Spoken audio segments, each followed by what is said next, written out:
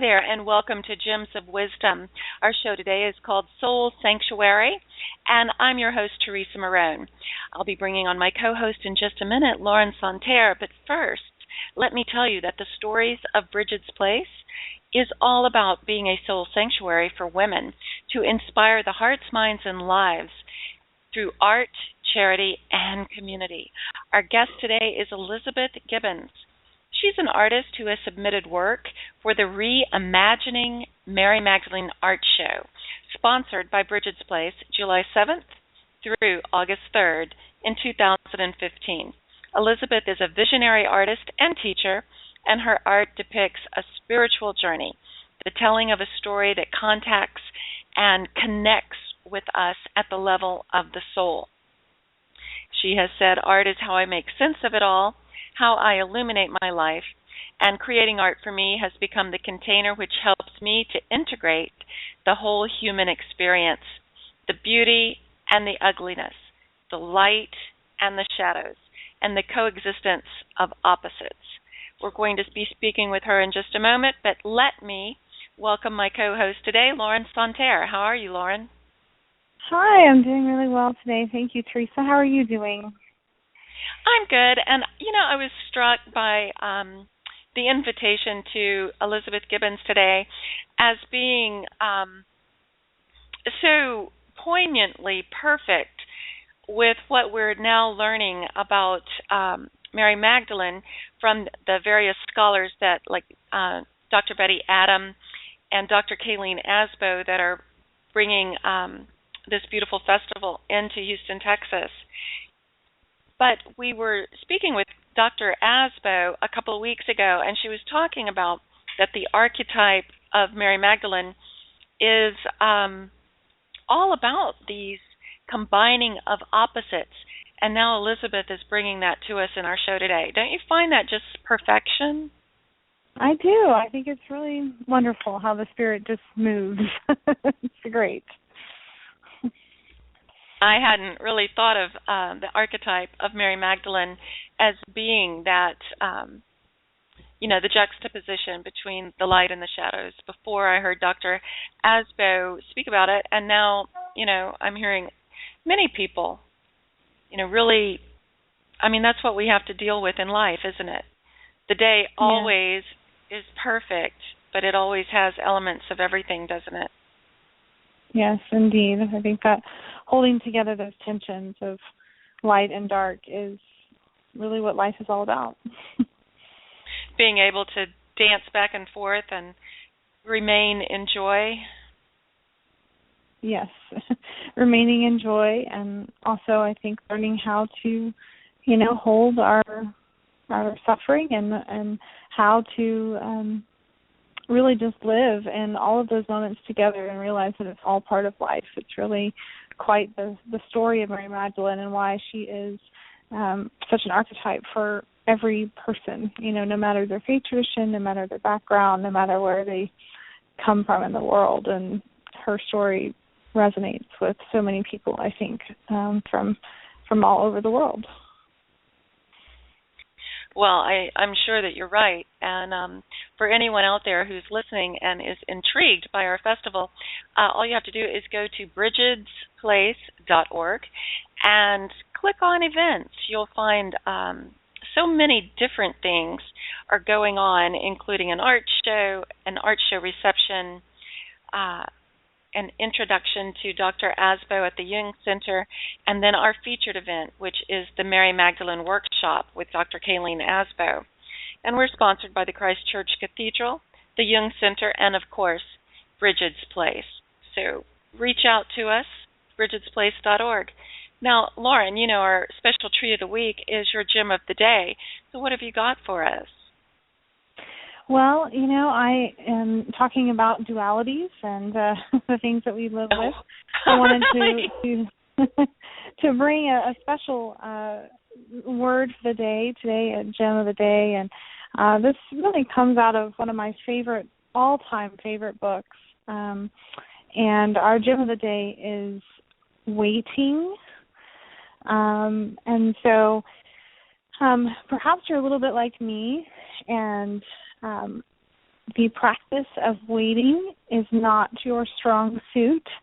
You may not be very good at it. I am sometimes known to be a little impatient, but I have a favorite book called When the Heart Waits by Sue Monk Kidd.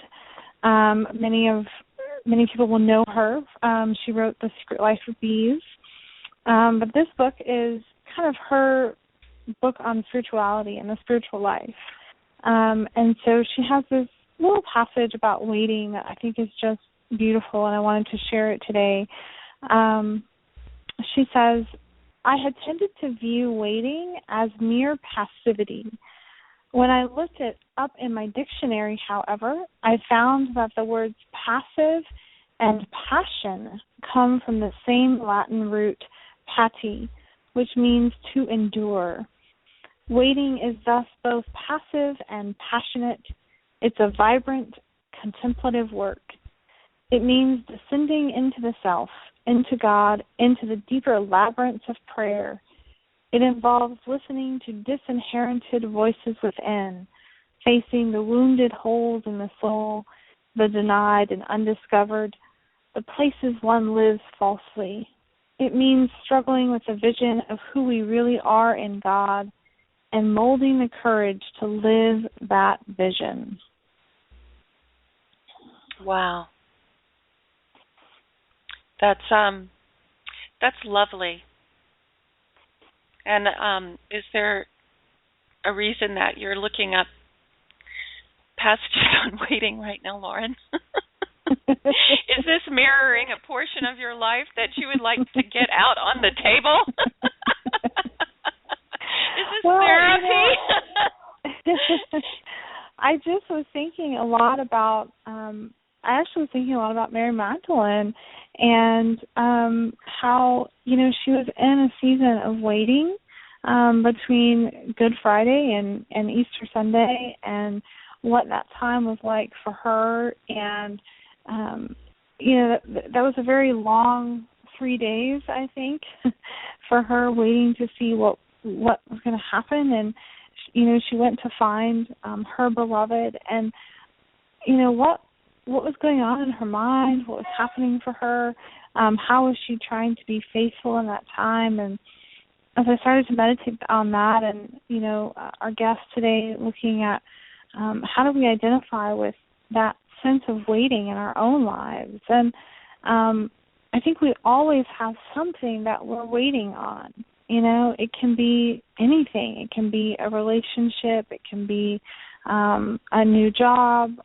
It can be, a child we're waiting for. It can be a dream. We're trying to birth something new in our life. I love what Sue Monk Kidd says in her book. It's a continual unfolding process, because we're always waiting to become fully ourselves. So every day is a process of waiting. And the true spiritual life is about learning how to be still, and learning how to really focus and go inward and wait and sit in that still place for God to change us, to really do that deep soul work. And the more and more I spend time in silence and prayer and try to become a better waiter, if you will, the more I start to understand how deep that work really is, and how busy we are in the world around us. And, I start to realize how much we really need that silence and to slow down. And so I just kind of wanted to encourage our listeners today that, take a few minutes for yourself today. Take a few minutes this week to really take some time out and wait on the Divine Spirit to do some molding in your spirit to help you become who you are, to help you become fully human and fully yourself. Well, thank you, Lauren. That's very good advice, and I treasure the time that I spend on the radio show hearing your thoughts. And I want to encourage our listeners to go to bridgetsplace.org and sign up for the newsletter, because every month you send out something that's just so beautifully written. And I feel that you're really developing a body of work that will someday be quite well known. So get in at the beginning of this girl, Lauren Santerre, who's my co-host. And I think it's time now to welcome our guest onto the show. Elizabeth Gibbons is a visionary artist. She's a creativity teacher. She's a prophetess of enchantment. And one of the most amazing things that she puts right out there on her homepage of her website and in her bio is that she is the founder of the Palace of the Soul Divine School of Gliteracy. And she's from San Francisco. So, Elizabeth, let's talk. Hello, Elizabeth Gibbons. Hi. I'm so happy to be on the show. Thank you for inviting me. Oh, you are so welcome. And Lauren and I both are just really anxious to talk with you today. And the Divine School of Gliteracy has to do with your artwork, but it's more than that, right? The artwork springs from within and creates a glitter all through the soul. Is that where you're coming from? Yes, absolutely. Well, I am a teacher of intentional creativity, and I'm a certified in this method, which was developed by my beloved friend and mentor, Shiloh Sophia McLeod. And it is a way of making art, creating around intention. And we create around sacred intention. And what we know from the work that we've been doing is that our stories and our wounds live in images. The language of the soul is really image, as Joseph Campbell talks to us about.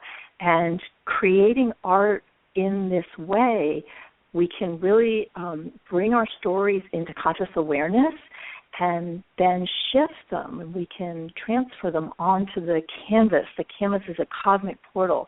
And this is not in any way about being talented or gifted or artistic. It really doesn't matter your skill level. It's about becoming more of who you are and really opening up and discovering your unique voice, your divine light, the buried treasure of your soul fire.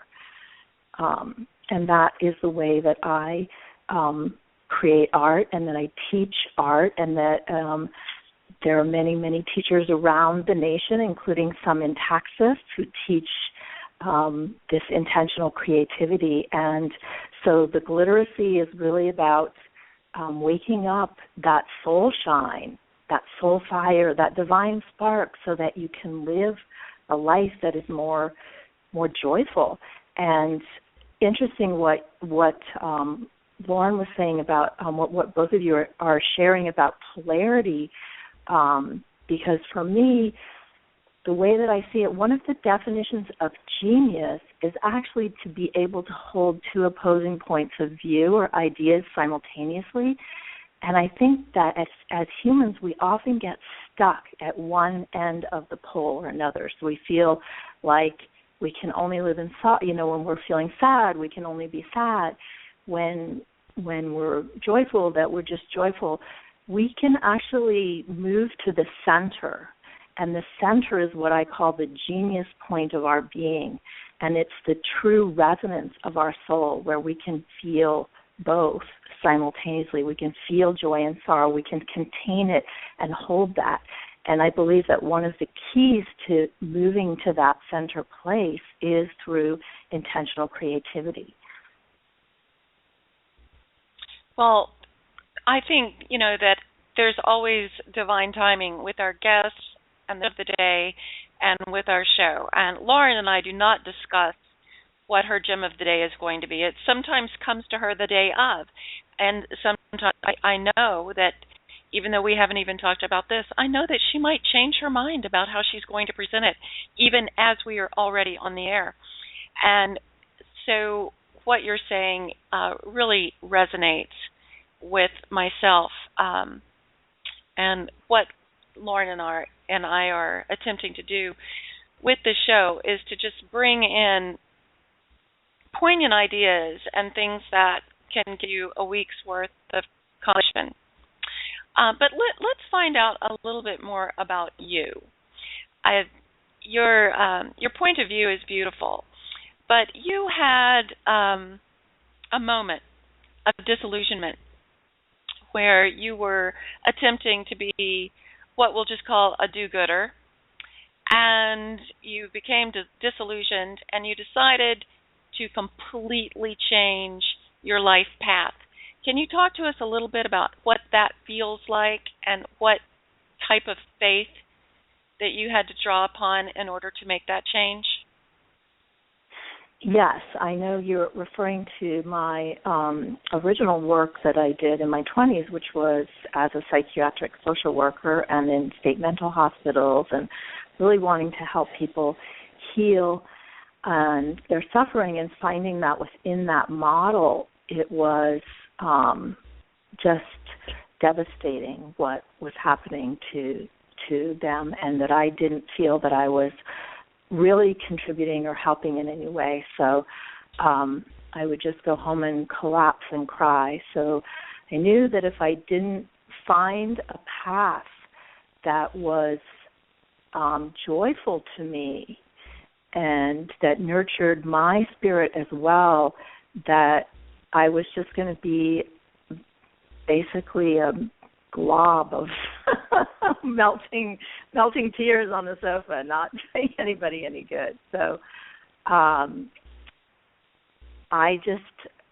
don't know, I feel that there was, at that time in my life, I was very young, I was 20, in my 20s, there was some divine guidance, whether I consciously knew it or not, that took me over to art, which is my passion, and it just led me in that direction. I think there was something in me that I could not ignore, and that my life was taking me to a place that felt so devastating that I had to reach out and find the light, the passion that ignited me.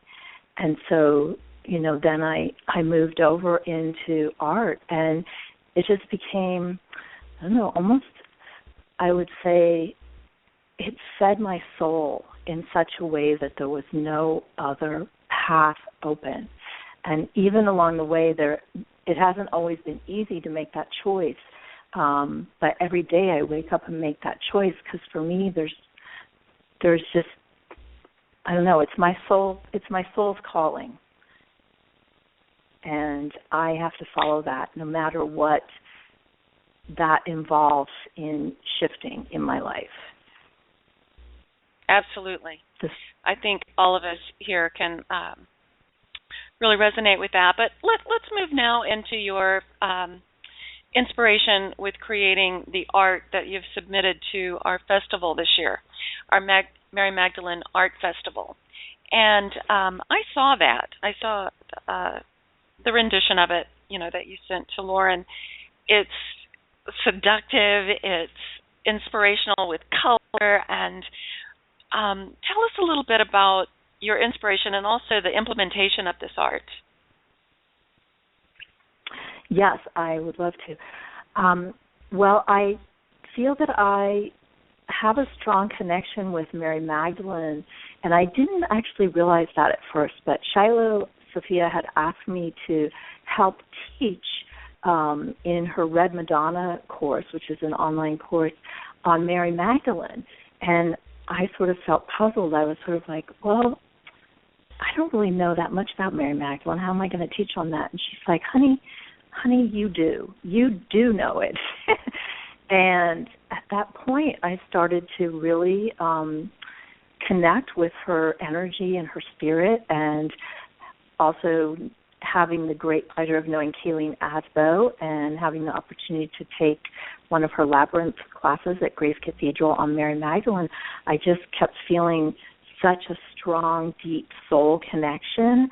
And I actually had a dream one night where I guess I would say, the most powerful dream of my life, where I walked with Jesus.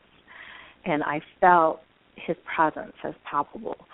And who I was, I don't know, but I felt it so strongly.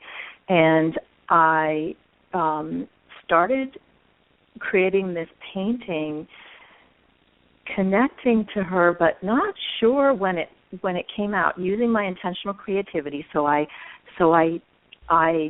start with a prayer and a meditation, and I ask to really connect with the spirit of the divine feminine in this case, and Mary Magdalene, and to receive and bring through the vibrations and any messages for healing that I can through my art. And then I work very intuitively, and so I don't always know what is going to show up on the canvas. And when I started, it seemed to me that it was coming out as a more traditional Virgin Mary.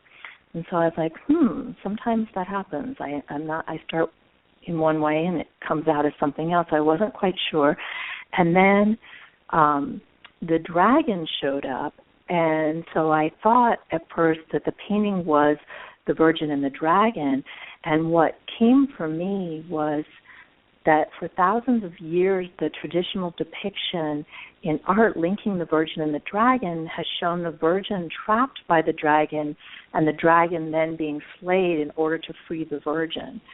And symbolically, what that represents is a killing off or a splitting off of an aspect of ourselves.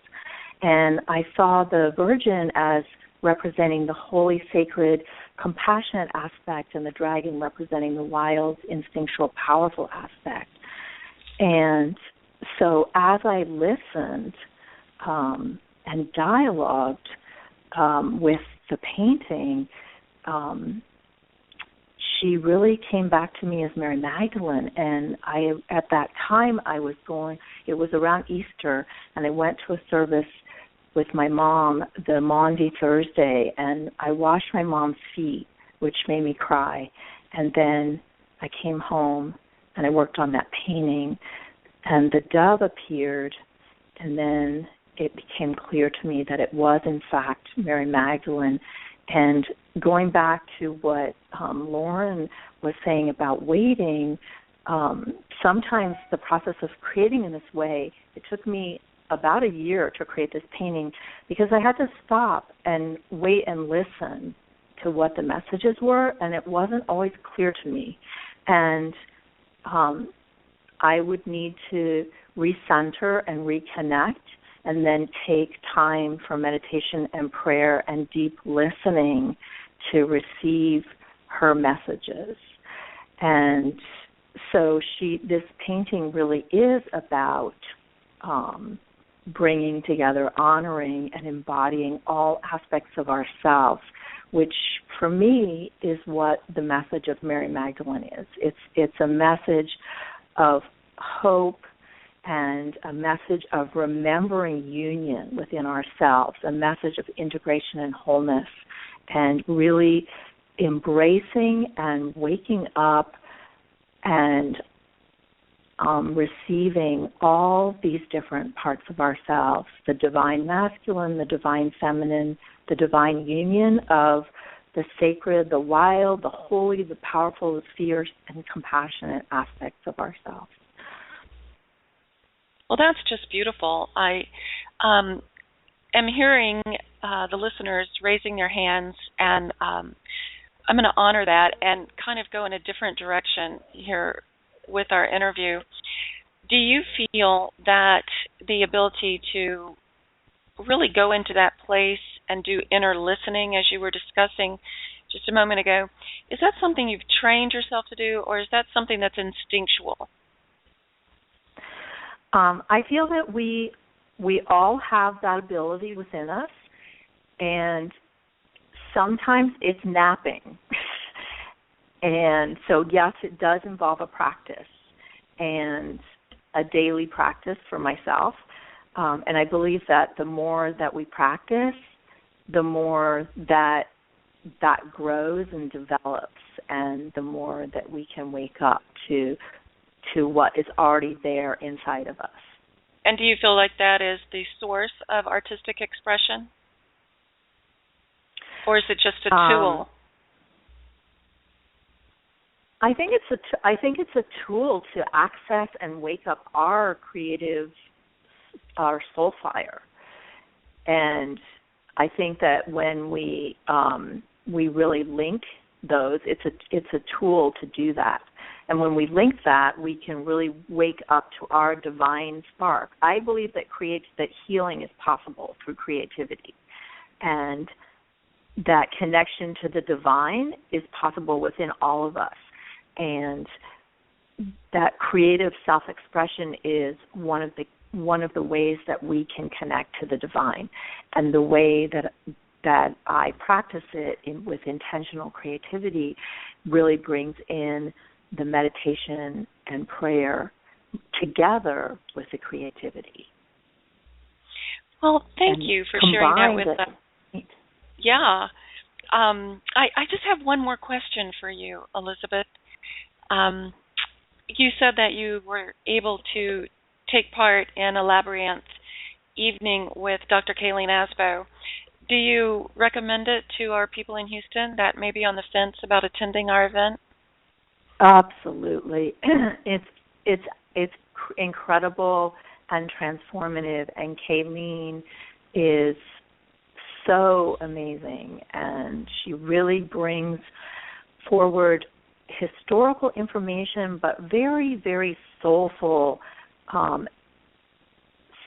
way of connecting on a deep, deep level with Mary Magdalene, and really helps you to open up to receiving whatever connection and messages are available to you. And so, yes, absolutely. I'd say don't miss it for anything.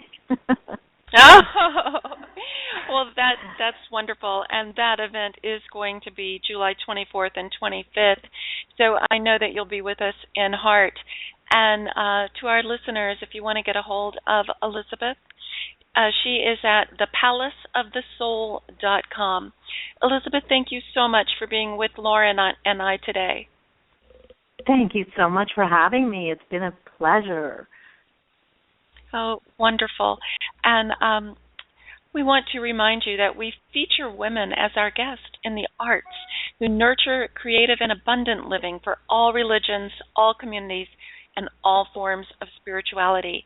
And you can contact Lauren and I at bridgetsplace.org. Lauren, is there any final words that you'd like to share with our listeners today?